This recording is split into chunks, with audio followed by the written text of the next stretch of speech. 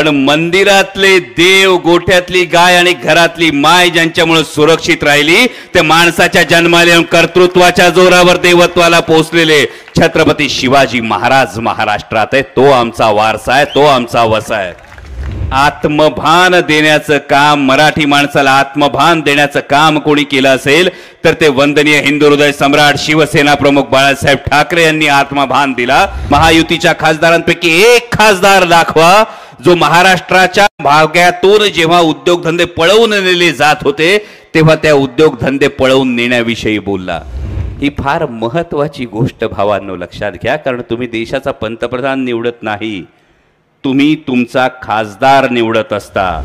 उद्याच्या सभेनंतर हीच गोष्ट लक्षात ठेवा. पोटातल्या आगीला आणि ती आग विझवण्यासाठी लागणाऱ्या भाकरीला जात ठाऊक नसती, धर्म ठाऊक नसतो.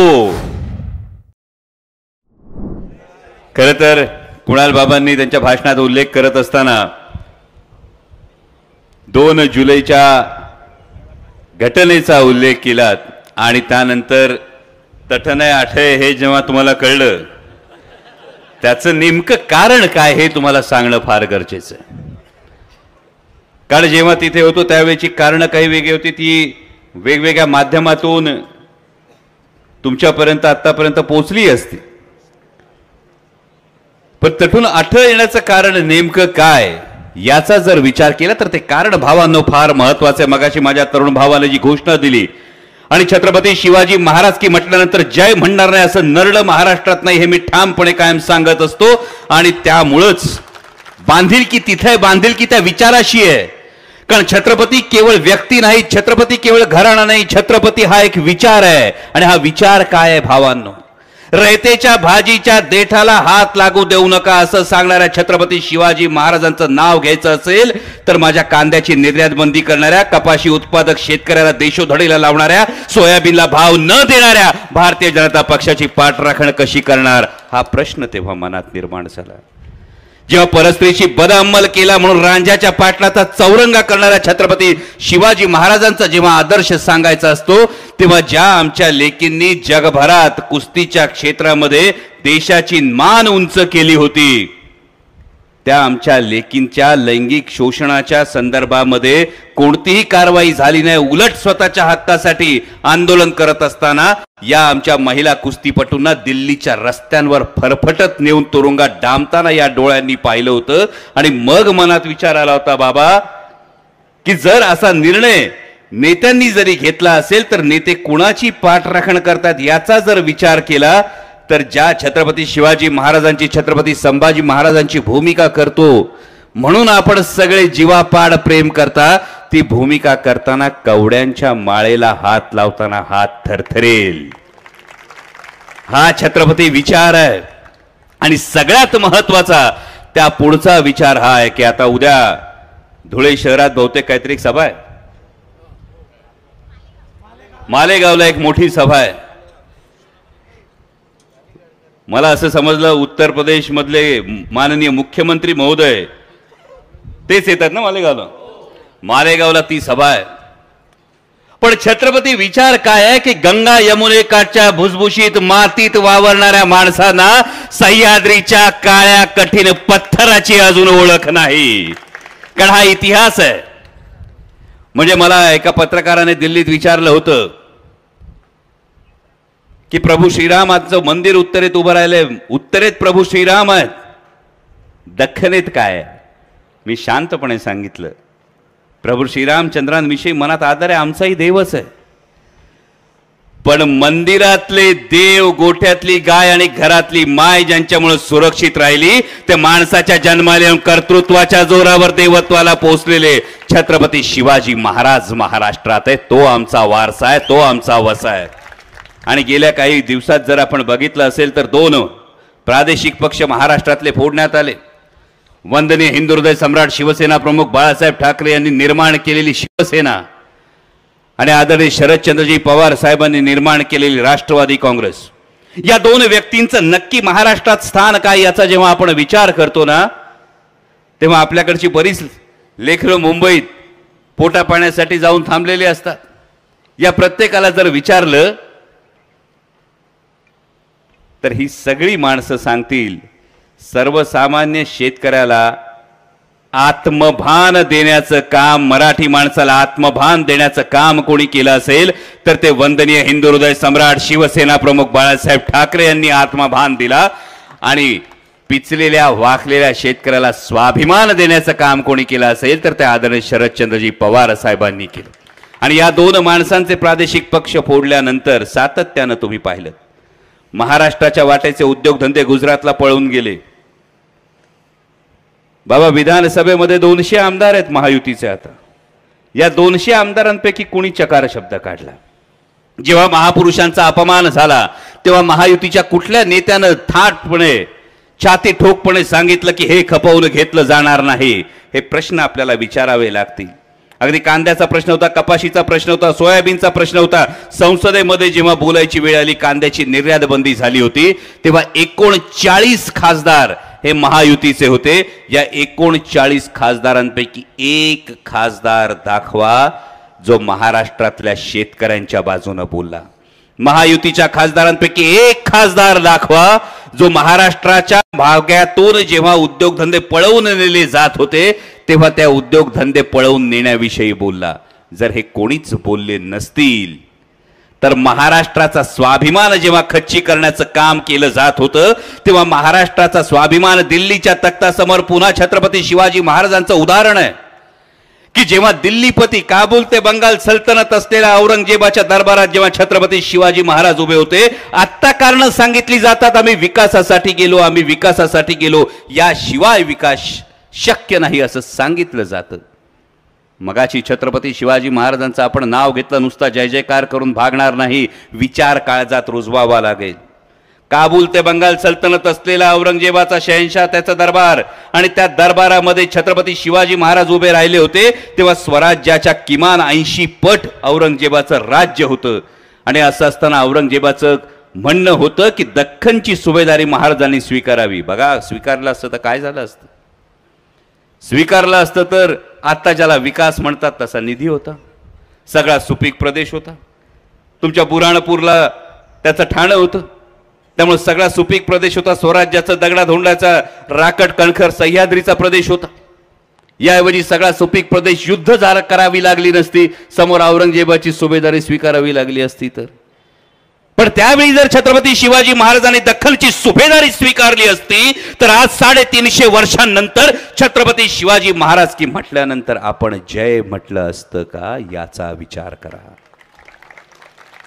छत्रपती शिवाजी महाराजांनी ती सुखवस्तू बाजू नाकारली आणि छत्रपती शिवाजी महाराजांनी या मातीसाठी, या माणसांसाठी स्वाभिमानाचा पर्याय निवडला. आणि मग बाबा, भूमिका करता करता विचार थोडाफार घ्यायला हे फार गरजेचं होतं. आणि मग त्यामुळे स्वाभिमानाची बाजू घेणं फार गरजेचं होतं. आणि तीच महत्वाची गोष्ट आज या लोकसभेच्या निवडणूक देशाची आहे. खरं तर यायला उशीर झाला त्याबद्दल दिलगिरी व्यक्त करतो, पण शोभाताई, मी त्या मनमाड इंदोर रेल्वेसाठी बराच वेळ थांबलो होतो. आत्ता येईल, मग येईल. अहो, लेट त्याच्यामुळे झालं सांगतोय. आता माननीय पंतप्रधानांनी, त्यांनी सांगितलं होतं मोदी येतो मुमकिन आहे. माननीय पंतप्रधानांनी आता उद्घाटन केल्यानंतर म्हटलं झाली असं.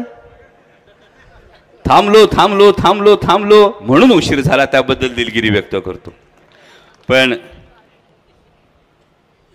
आपण जेव्हा धुळे शहरामध्ये बोलतो तेव्हा शहरीकरणाच्या काही वेगळ्या समस्या आहेत, ग्रामीण भागाच्या काही वेगळ्या समस्या आहेत. पण शहरीकरणाच्या ज्या फार महत्त्वाच्या समस्या, या महत्त्वाच्या समस्यांचा विचार करत असताना नेमकं काय घडतंय? मागच्या 4 टप्प्यांमध्ये जी निवडणूक झाली, पुण्यामध्ये तुम्ही ऐकलं असेल मतदानाचा टक्का कमी आहे, शहरी भागांमध्ये मतदानाचा टक्का कमी. हे जेव्हा तुम्ही ऐकता तेव्हा याचं नेमकं कारण काय असेल याचा विचार केला जातो. आमचे काही पत्रकार बांधव घाईघाईने बातमी देतात, अमोल कोल्हेंना धाकधूक. अरे, अमोल कोल्हेंना धाकधूक नाही, अमोल कोल्हेंना खात्री, असं उलट आहे. कारण महत्वाची गोष्ट आहे, मतदानाला कोण आलं नाही हे जर पाहिलं असेल तर 2014 साली जो नव मतदार होता, जो 18 ते 22 या वयोगटात होता, त्याला एक क्रांतीची चिन्ह दिसत होती. जंतर मंतरला एक आंदोलन झालं होतं. या आंदोलनानंतर त्याला एक आशा निर्माण झाली होती आणि 14 साली ज्यांनी घाईघाईने 18 ते 22 वयोगटातला जो मतदार होता त्याने घाईघाईने जे मतदान केलं होतं ते मतदान केल्यानंतर 24 साली तो 28 ते 32 वर्षाचा झालाय आणि 28 ते 32 वर्षाचा झाल्यानंतर जेव्हा तो आरशात बघतो तेव्हा त्याला कळून चुकलंय की 10 वर्षांपूर्वी त्याची फसगत झाली होती. या 10 वर्षात त्याला कोणताही रोजगार मिळाला नाही. या 10 वर्षामध्ये केलेली आश्वासनांची पूर्तता झाली नाही. नाहीतर आतापर्यंत धुळ्याची स्मार्ट सिटी झाली असती. देशातल्या किती शहर ही स्मार्ट सिटी झाली विचारा प्रश्न. मी अगदी 15 लाखापर्यंत जाणार नाही कारण त्यांनी स्वतःच सांगितलं तो चुनावी जुमला होता. पण महत्वाचा प्रश्न येतो तो 2 कोटी रोजगारांचा प्रश्न येतो जो 2019ला सुद्धा माननीय पंतप्रधानांनी सांगितलं होतं. म्हणजे आपण जेव्हा शहरीकरणाचा विचार करतो आता धुळे शहरानं तुम्ही काही 5.5 वर्षांपूर्वी खरं तर शहराची महानगरपालिकेची जबाबदारी मला आल्यानंतर अनेकांनी सांगितलं रस्त्यांचे प्रश्न आहेत गटारचे प्रश्न आहेत बरोबर पाण्याचे प्रश्न आहेत. आता वॉटर मीटर गटर जबाबदारी कोणाची असते हे महानगरपालिकेची जबाबदारी असती. तर वॉटर मीटर गटर ही जबाबदारी कुणाची असते म्हणजे सोयीनी मत मागता येणार नाही. म्हणजे कसं होतं की वॉटर मीटर गटर ही जर भारतीय जनता पक्षाने जबाबदारी धुळे शहराची नीट पूर्ण केलेली नसेल तर आता येताना जेव्हा सांगतात घाईघाईनी उमेदवाराकडे बघू नका असंच म्हटलं ना शोभताई उमेदवाराकडे बघू नका तर अशी जबाबदारी कशी टाळता येईल. पण उमेदवाराकडे बघू नका याच्यावर एक गोष्ट आठवली. परवा आमच्याकडे एक सोयरीक जुळवायची होती. आमच्या घरातल्या लेकीची एक सोयरीक जुळवायची होती. पाहुणे आले. पाहुणे आल्यानंतर आमच्या मित्राला जो लेकीचा बाप होता त्याने विचारलं पोरगा काय करतो. पोराच्या बापाने सांगितलं पाहुण्यांनी म्हणजे सोयरीक जुळवणाऱ्यांनी सांगितलं पोराच्या बापाची 56 इंचाची छाती आहे. पोरीच्या बापाने विचारलं पोरगा काय करतो. सोयरीक जुळवणाऱ्यांनी सांगितलं पोराचा बाप सगळीकडे देशभर फिरतो. पोरीच्या बापाने विचारलं अरे पोरगा काय करतो. पोरीच्या बापाने सांगितलं पोराचा बाप लई मोठा माणूस आहे. पोरीच्या बापाने सोयरीक जुळवणाऱ्याला बी उठवलं आणि पोराला बी उठवलं. त्याला सांगितलं आमच्याकडे पोरगी देताना पोराचं कर्तृत्व पाहिलं जातं पोराच्या बापाकडे पाहिलं जात नाही. ही फार महत्वाची गोष्ट भावांनो लक्षात घ्या. कारण तुम्ही देशाचा पंतप्रधान निवडत नाही तुम्ही तुमचा खासदार निवडत असता. तुमचे खासदार देशाच्या संसदेमध्ये तुमचे प्रश्न किती हिरहिरीने मांडतात त्या संदर्भातल्या योजना किती महत्त्वाच्या आणतात त्या संदर्भातले मोठे प्रकल्प किती आणतात याच्याशी तुमची बांधिलकी असली पाहिजे. ही गोष्ट लक्षात ठेवा. कारण आपली अडचण झाली का माहिती आहे. आता आमच्या वेळी तर बाबा नागरिक शास्त्र 20 मार्काचं होतं बरोबर. ते पण इतिहासाच्या पुस्तकाबरोबर जोडून जायचं म्हणून आम्ही आपलं हा यायला चालायचं आमचं. आता तर काहीतरी 8 मार्काचं झालंय म्हणे. आणि मग 8 मार्काचं नागरिक शास्त्र झाल्यामुळे आम्हाला नेमका हा प्रश्न पडायला लागलाय की आम्ही नेमकं मत कशासाठी देतोय. तर भावांनो तुम्ही देशाच्या निवडणुकीमध्ये तुम्ही खासदार निवडण्यासाठी मत देताय. आपण पंतप्रधान निवडण्यासाठी नाही आपण खासदार निवडण्यासाठी मत देतोय. ही गोष्ट लक्षात ठेवा. आणि जेव्हा आपण धुळ्याचा प्रश्न येतो बरेचसे सिनियर सिटीजन इथे बसलेत. आम्ही MBBS ला होतो तेव्हा आमच्या धुळ्याची अनेक मंडळी खरं तर MBBS ला सेट GS मेडिकल कॉलेजला होती. आज जेव्हा तुम्ही विचार करता तेव्हा आपली लेकरं शिकतात बरोबर. धुळ्यामधून शिकणारे म्हणजे धुळ्यामध्ये शिक्षकांचं प्रमाण फार मोठं आहे. धुळे शहरामध्ये मुलं शिकतात इंजिनियर होतात डॉक्टर होतात. एक स्वतःला प्रश्न विचारून बघा यातली किती मुलं पुन्हा धुळे शहरात सेटल होतात. काही सगळी पोरं जातात पुण्याला जातात मुंबईला जातात नाशिकला जातात याचं प्रमाण जास्त आहे. मग याचं प्रमाण जेव्हा जास्त असतं तेव्हा त्या शहराच्या इकॉनॉमिक इंजिन विषयी कोणी विचार केलाय हा देश पातळीवरचा प्रश्न आहे. शहरीकरणाची समस्या या स्थलांतराने सुटत नाही त्याच्या इकॉनॉमिक इंजिन डेव्हलप करण्याने सुटते. हे इकॉनॉमिक इंजिन काय असतं कारण हे दडपण तुमच्याच पोरांवर येतं. कारण पोरं 24-25व्या वर्षी बाहेर पडतात. 25व्या वर्षी बाहेर पडल्यानंतर 30व्या वर्षी कुठेतरी सेटल होत असतात. 40व्या वर्षी आईबाप थकतात. 40व्या वर्षी आईबाप थकल्यानंतर पोरांना आईबाप विचारतात आता काय करायचंय. पोरग सांगते पुण्यात फ्लॅट घेतलाय नाशिकमध्ये फ्लॅट घेतलाय त्याचेच हप्ते अजून निघाणार. खरं आहे की खोटं आहे. आणि मग तुमच्याच पोराच्या मनावर एक दडपण आलेलं असतं की जो तिथला स्थानिक तरुण असतो, त्या स्थानिक तरुणाला मात्र त्या हप्त्यांचा प्रश्न पडत नसतो. आणि कुठंतरी एवढं टॅलेंट घेऊन मला माझं भविष्य काढण्यासाठी मी जेव्हा बाहेर आलोय, मी बाहेर आल्यानंतर रेसमध्ये मला माझ्या हप्त्यांचा हा फार मोठा लोड आहे, पगाराचा बराचसा भाग हा हप्त्यामध्येच जातोय, मग खर्चाची ओढाताण होतीये, आणि मग कुठंतरी माझं आर्थिक स्थैर्य कुठं, हा तुमच्याच पोराच्या मनात ऐन 40शीत निर्माण होणारा प्रश्न असतो. या प्रश्नासाठी तुम्ही आत्ता मतदान करता, ही गोष्ट लक्षात ठेवा.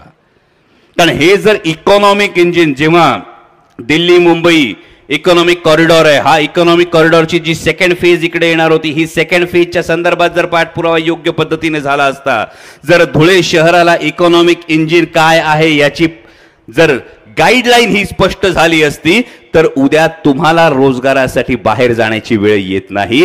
तुम्हाला याच ठिकाणी रोजगार तयार होतो, इथं इकॉनॉमिक इंजिन तयार होतं. आणि जेव्हा हे स्थलांतर थांबतं, हे अंतर्गत स्थलांतर, राज्यांतर्गत जेव्हा स्थलांतर थांबतं, तेव्हा सामाजिक समतोल एक तयार होतो. आता धुळे शहरामध्ये फ्लॅट संस्कृती वाढायला लागली, बरोबर. ग्रामीण भागातून लोक येत आहेत, फ्लॅट घेत आहेत. आता 2 पर्याय देतो तुम्हाला.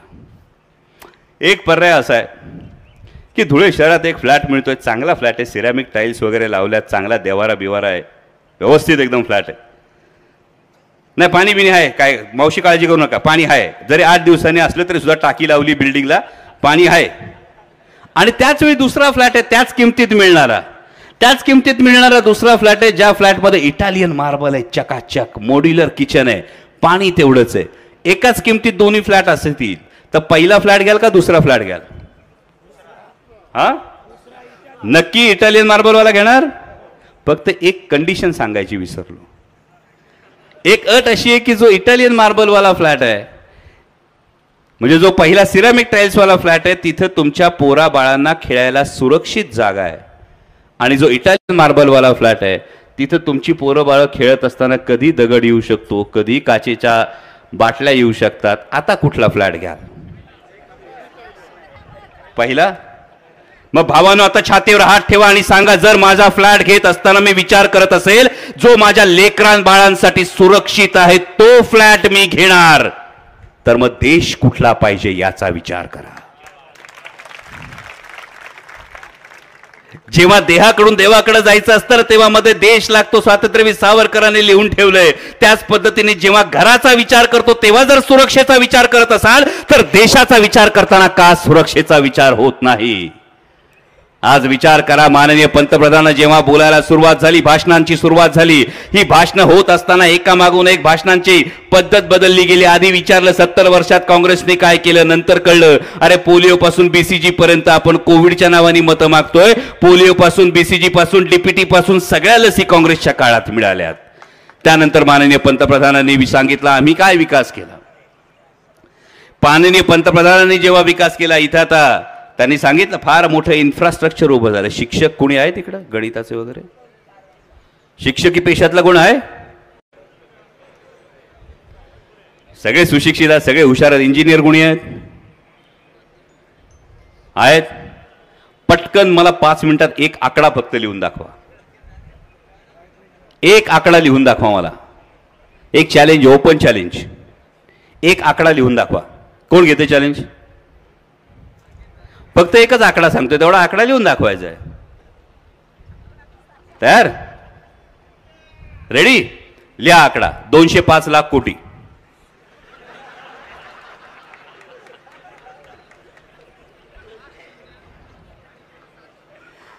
आता नेमका हा आकडा काय आहे भावांनो, हे लक्षात घेणं गरजेचं आहे.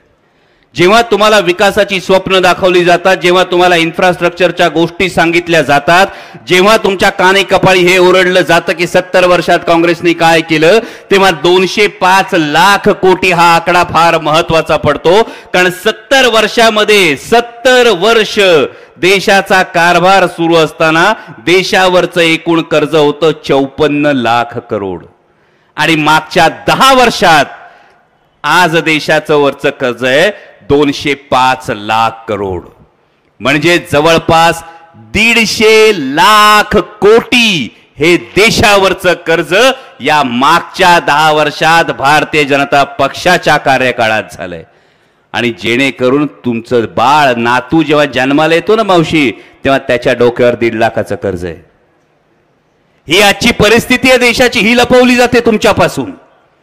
आणि जेव्हा ही परिस्थिती लपवली जाते, मगाशी कोणीतरी अर्थमंत्र्यांच्या पतिदेवांच्या मुलाखतीचा उल्लेख केला. जे सांगतात ते खरं आहे, कारण ही देशासमोरची परिस्थिती. आता आपली पोरं फ्लॅट घेतात बरोबर, EMI भरतात बरोबर. जर पोरांनी उद्या काका येऊन सांगितलं तुम्हाला, दादा फ्लॅट घेतलाय, नवीन लय भारी फ्लॅट घेतलाय, पण फ्लॅट घेतल्यानंतर जेवढा पगार येतो त्यातले 80% पैसे फक्त EMI द्यायला जातात, पोराचं कौतुक कराल का? कौतुक कराल का पायतान काढाल? जर पोरांनी येऊन सांगितलं बाबा मी लय भारी फ्लॅट घेतला आणि त्याच्यामध्ये 80% जे काय माझा पगार येतो तो सगळ्याच्या सगळा फक्त त्याच्यामध्येच जातो EMI देण्यामध्ये, अशा पोराचं कौतुक कराल का पायतान काढाल? नक्की. मग पोराच्या बाबतीत हे करणार तर देशाच्या कारभारांच्या बाबतीत काय करणार हा दुसरा प्रश्न आहे. कारण 205 लाख कोटी हे जे कर्ज आहे हे देशाच्या एकूण सकल उत्पादनाच्या 80% आहे. हे अत्यंत धोकादायक आपल्या देशाच्या दृष्टीनं, भविष्याच्या दृष्टीनं.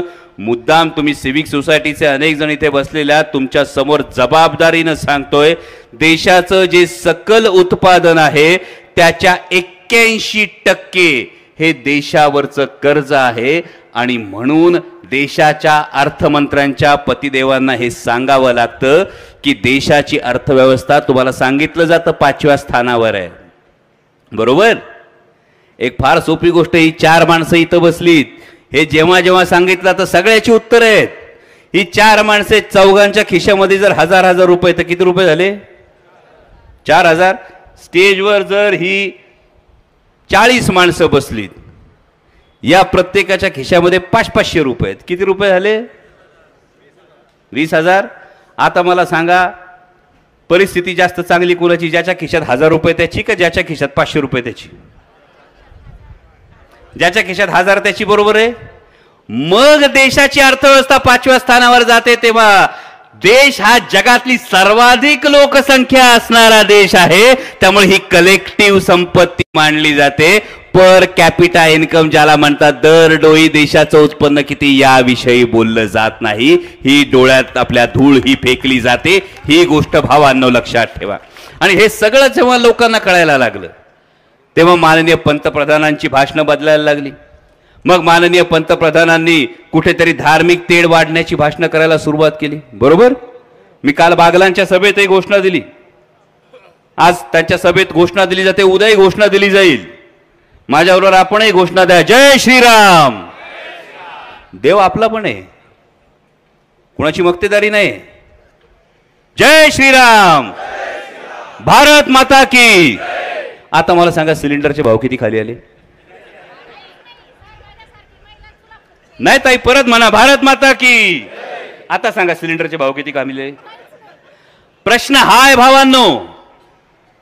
जय श्रीराम आणि भारत माता की जय हा आमचा श्रद्धेचा विषय आहे. पण या श्रद्धेच्या विषयाने जर आमचे सिलेंडरचे भाव खाली येणार नसतील, जर आमच्या तरुणांना रोजगार मिळत नसेल, तर फक्त पोकळ घोषणांचा आमच्यासाठी काहीही उपयोग होणार नाही, हे ठणकावून सांगायची वेळ आलेली आहे.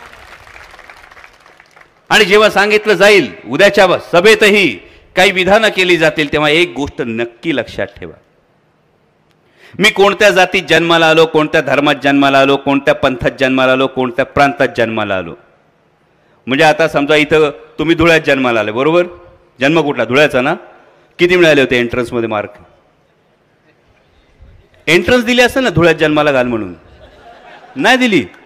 बरं, मग या घरात जन्माला घाल म्हणून एंट्रन्स दिली? ती बी नाही दिली. या जातीत जन्माला घाल म्हणून एंट्रन्स दिली? ती बी नाही दिली.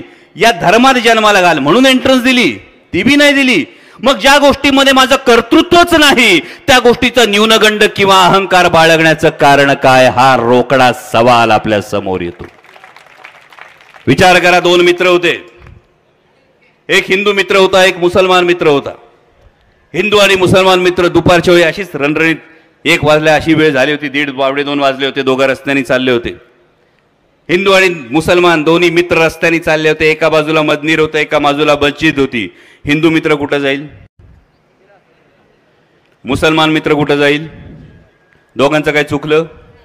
दुसऱ्या दिवशी परत दोघं निघाले. आता 1:30च्या ऐवजी 2:15 वाजले होते. 2:15 वाजले होते. दोघं रणरणत्या उन्हात निघाले होते. पोटात कावळे कोकलत होते. लय भूक लागली होती. सकाळी नाश्ता मिळाला नव्हता, काय नव्हतं. पोटात आगडोम भुकेचा उसळला होता. हिंदू आणि मुसलमान मित्र रस्त्याने चालले होते. एका बाजूला मंदिर होतं, एका बाजूला मस्जिद होतं, समोर जेवणाचं हॉटेल होतं. दोघं आधी कुठं जातील?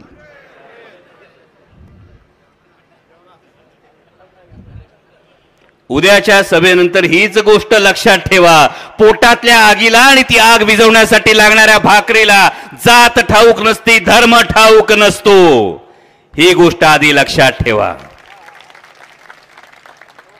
आणि जेव्हा या गोष्टीवरून आपल्याला विभागलं जातं, जेव्हा या गोष्टीवरून आपल्या डोक्यामध्ये राख घालून टाकली जाते, तेव्हा लक्षात ठेवा खांद्यावर एक डोकं आहे आणि त्या डोक्यामध्ये सारासार विचार करणारी एक विवेक बुद्धी ही आपली असली पाहिजे. आणि ही जी विकासाची भाषा आहे, हा जो शांततेचा संदेश आहे, हा जो सौहार्दाचा संदेश आहे.